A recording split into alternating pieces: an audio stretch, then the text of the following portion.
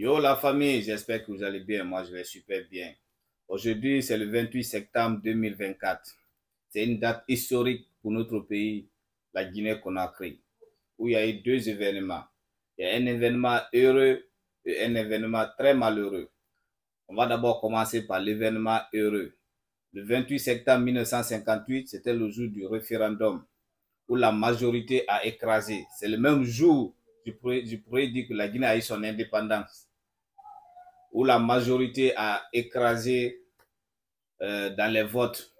Donc, on a dit oui au référendum, on a adopté à la constitution française.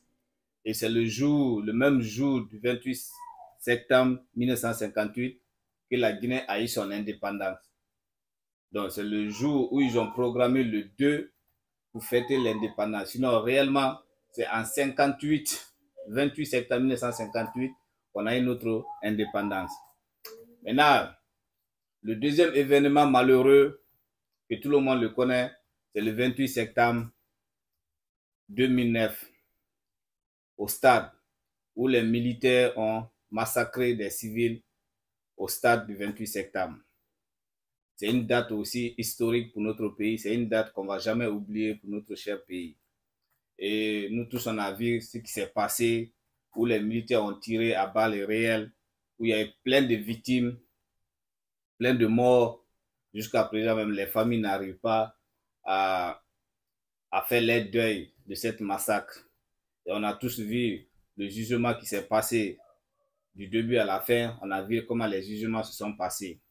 Les coupables ont été condamnés, d'autres n'ont pas été condamnés. Bon, c'est la justice qui a fait. Je pense que les victimes aussi, aujourd'hui, beaucoup s'en jouissent de cette jugement parce que c'était tant attendu en Guinée. Tout le monde voulait franchement ce jugement. Mais on est là aujourd'hui, c'est le jour de notre fête. Et on va rappeler que le 28 septembre 58, on va rendre hommage à nos martyrs vaillantes qui se sont battus, comme le Ahmed Sékou Touré, notre ex-président. Et ce 28 septembre 2009 aussi, que d'autres familles n'arrivent pas à oublier, que plein de Guinéens jusqu'à présent n'oublient pas. Mais dans une nation, c'est le pardon qui fait évoluer la nation. J'espère que ces victimes, que les âmes reposent en paix, que franchement Dieu accorde le paradis éternel.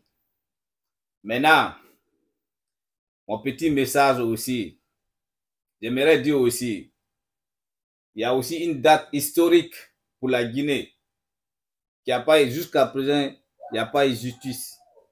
Nous aussi, on veut justice pour la forêt, le massacre de Jogota, où les militaires sont venus massacrer plus de 400 personnes, 400 villageois. Jusqu'à présent, il n'y a jamais eu justice.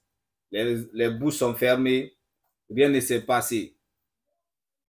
Donc nous aussi, on veut justice pour ces personnes, pour ces villageois aussi qui ont été massacrés, pour ne rien, qui ont perdu leur âme, pour ne leur vie, pour ne rien.